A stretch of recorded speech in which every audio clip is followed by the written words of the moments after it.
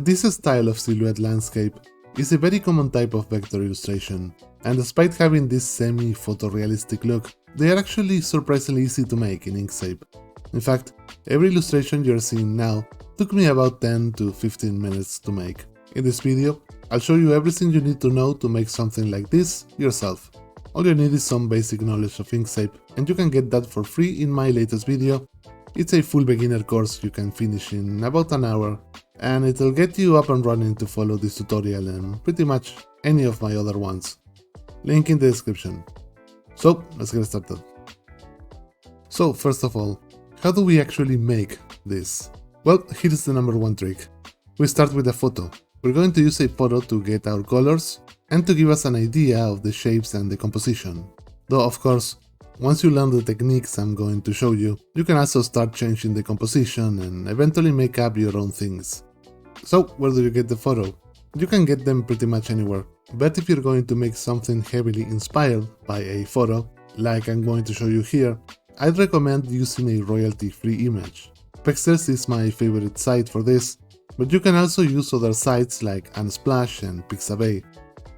Now, picking the right reference is more than half the battle when it comes to this type of illustrations. We're looking for a very particular kind of photo. First, beautiful colors. This is pretty obvious, but silhouette illustrations don't have a huge amount of detail, so color is doing a lot of the work. So pick a photo with a really nice moody color palette. And second, you want overlapping shapes. Ideally, you want a low-angle photo where the depthness is fully created by the overlapping silhouettes. A high-angle photo will force you to deal with perspective, and we don't want that complication. So once you find a good reference, bring it into Inkscape. Now, silhouette compositions work by layering shapes, with each layer having a different color. When I say layer, I don't necessarily mean an actual Inkscape layer. I mean a group of objects that are more or less at the same distance so they kinda share a similar color. So instead of looking at this photograph and thinking about all the individual rocks and mountains, you treat them as a single shape. That's the key, thinking in terms of layers, not individual shapes. In this reference, this is gonna be easy to make, but in others it can get more complicated. There can be dozens of objects at completely different distances and with tiny color variations, but do try to use your judgment and to merge everything into coherent layers. In the end, the composition should have a strong enough group of silhouettes that won't need any detail to look nice. Now for the actual drawing, I usually start with the sky. This is useful because you can use the rectangle tool to define the limits of your composition. Most of the references have this really moody sky where the light changes gradually from one color to another. So this is a perfect place to use a gradient. Just sample the colors from the photograph and use them for the gradient stops. And when you're sampling colors, here's a little trick that I use all the time. Instead of clicking on one pixel with the dropper tool, click and drag. This averages out the sampled colors, which gives you a much more reliable color of that area. I like to work from front to back, starting with the closest layer.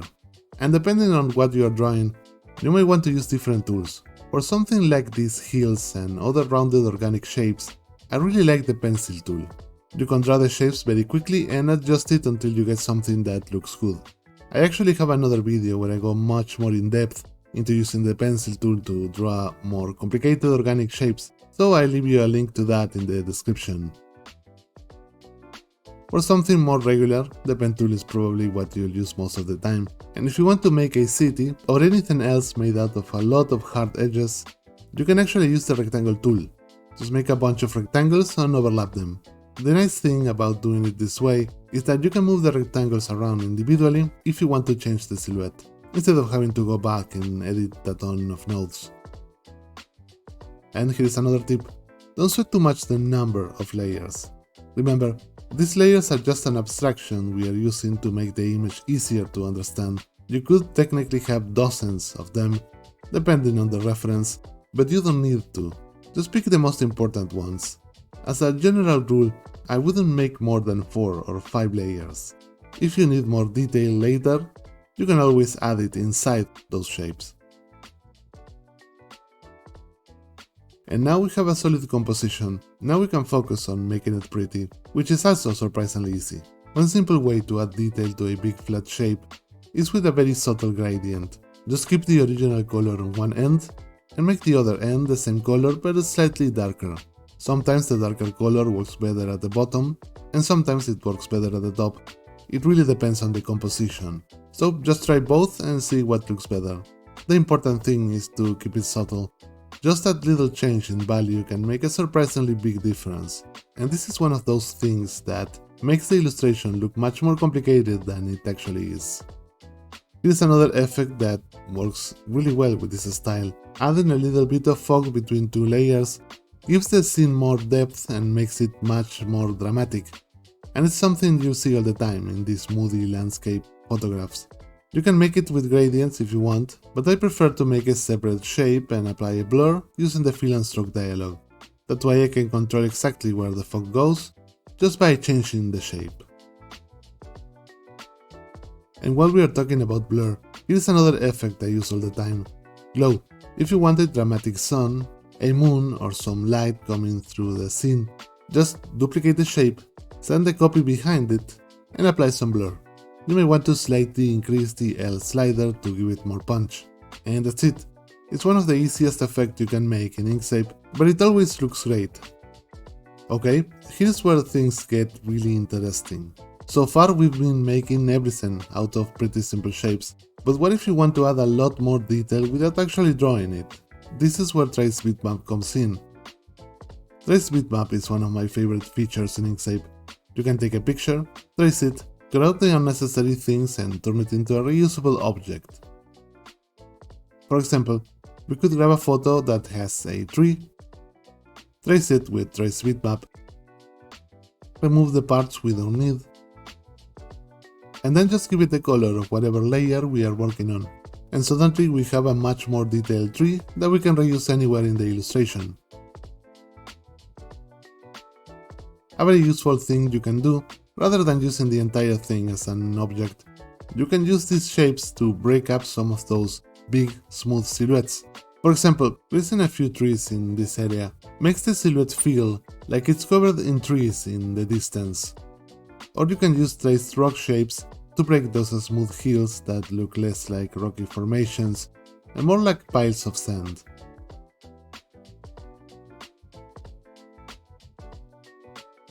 Another useful way you can use traced objects is to add definition to otherwise simple shapes.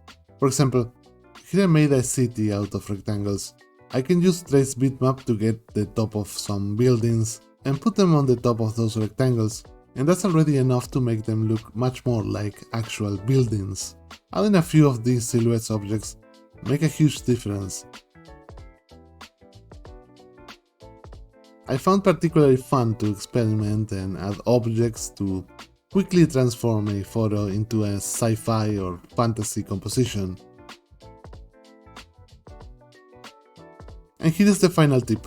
Once you start working like this, it's really useful to keep a small library of generic and reusable silhouette objects, things like trees, rocks, birds, clouds, buildings, and other little objects that you can just reuse whenever you need them.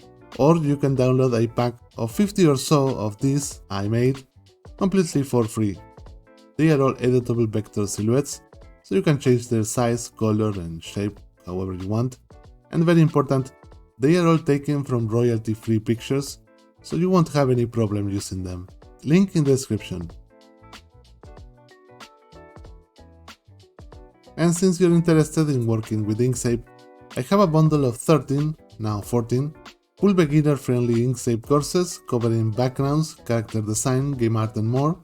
It now also includes a 30-day program to help you finish all 70 hours of content in just 1 month. So if you're interested in that, there is a link in the description as well. And that's basically it.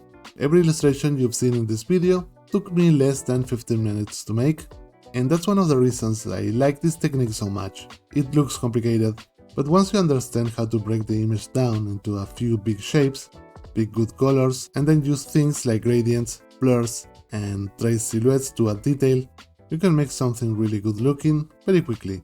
If you enjoyed the video, don't forget to like and subscribe, and let me know in the comments what you'd like me to talk about next. I'm always looking for ideas. Thanks for watching, and I'll see you in the next one. Bye!